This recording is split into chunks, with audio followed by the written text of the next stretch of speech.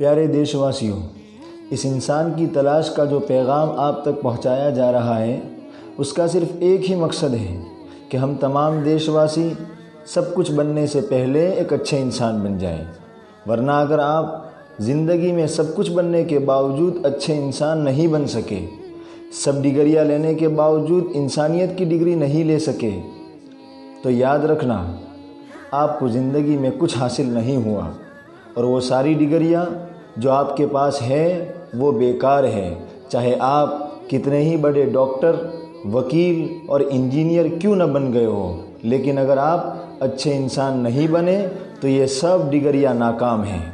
اور اگر آپ کچھ نہ بنے، آپ کے پاس کوئی ڈگری نہیں ہے لیکن آپ اچھے انسان بن گئے، انسانیت کی ڈگری آپ نے حاصل کر لی، تو یاد رکھنا کوئی ٹینشن اور پریشانی کی بات نہیں، آپ نے زندگی میں بہت کچھ اچیو کر لیا۔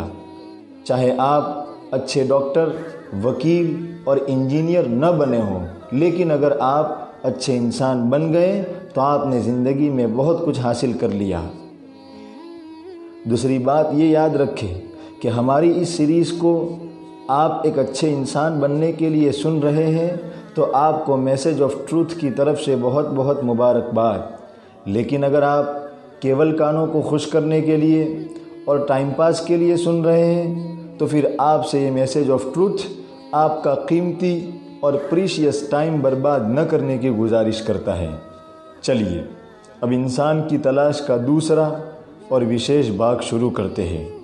حکیم روم کی ایک چھوٹی سی کہانی جو ہم نے آپ کو سنائی تھی، اگر نہ سنی ہو تو اس سیریز کے پارٹ 1 میں جا کر سن لیں، اس کا لنک ڈسکرپشن میں دے دیا گیا ہے۔ اس سے ہم کو اتنی بات تو معلوم ہو گئی کہ اس دنیا میں انسانوں کی 2 قسمیں ہیں۔ اب یہ آپ پر آدھارت ہے کہ آپ انسانوں کی 2 قسموں میں سے کون سی قسم میں رہنا پسند کریں گے۔ آیا آپ کو انسانوں کی پہلی قسم میں رہنا ہے یا آپ کو انسانوں کی دوسری قسم میں رہنا ہے؟ انسانوں کی 2 قسمیں آنے کے بعد آپ خود غور کریں کہ آپ اپنے لیے پہلی قسم پسند کرتے ہیں یا دوسری قسم پسند کرتے ہیں۔ چلیے 2 قسمیں دیکھتے ہیں۔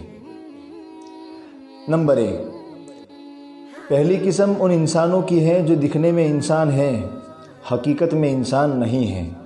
ہاں، دکھنے میں انسان ہیں، حقیقت میں انسان نہیں ہیں۔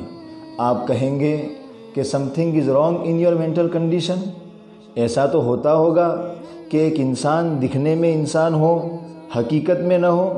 میں کہتا ہوں آپ زندگی میں تھوڑے سے پیچھے چلے جائیے، آپ ایسے 1-2 نہیں ہزاروں لوگوں سے مل چکے ہوں گے جو دکھنے میں انسان ہیں، حقیقت میں نہیں، اس لیے کہ دنیا میں ایسے ہی انسانوں کی سنکھیا زیادہ ہوتی ہے۔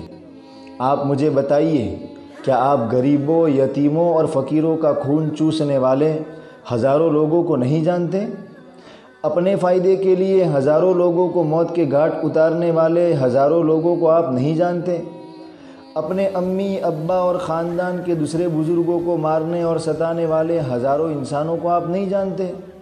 دھوکہ دینے والے، چوری، مرڈر اور معصوم بچیوں کا گینگ ریپ کرنے والے ہزاروں اور لاکھوں لوگوں کی جانکاری آپ کو نہیں ہے؟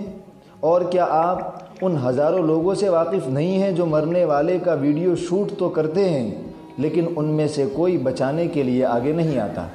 ہاں، مرنے والے کا ویڈیو شوٹ کرتے ہیں لیکن ان میں سے کوئی بچانے کے لیے آگے نہیں آتا۔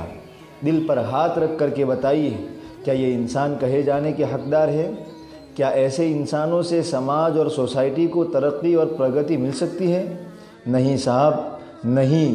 پوری تاریخ گواہ ہے کہ ایسے لوگوں سے تو سماج اور سوسائٹی کو ہمیشہ نقصان ہی پہنچتا رہا ہے، اور اگر ہم میں سے کسی نے بھی ایسا کوئی کام کیا ہے تو یاد رکھنا ہم بھی انسان کہلانے کے حقدار نہیں ہیں۔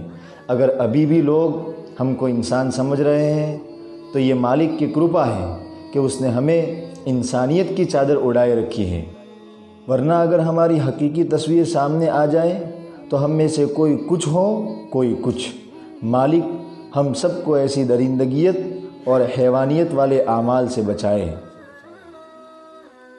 انسانوں کی ان 2 قسموں میں سے پہلی قسم کو اپنے دل اور دماغ میں بٹھائے رکھے جب تک ہمارا وشیش بھاگ اس ٹاپک پر نہیں آ جاتا، جس میں ہم آپ کے سامنے انسانوں کی دوسری قسم بیان کریں گے۔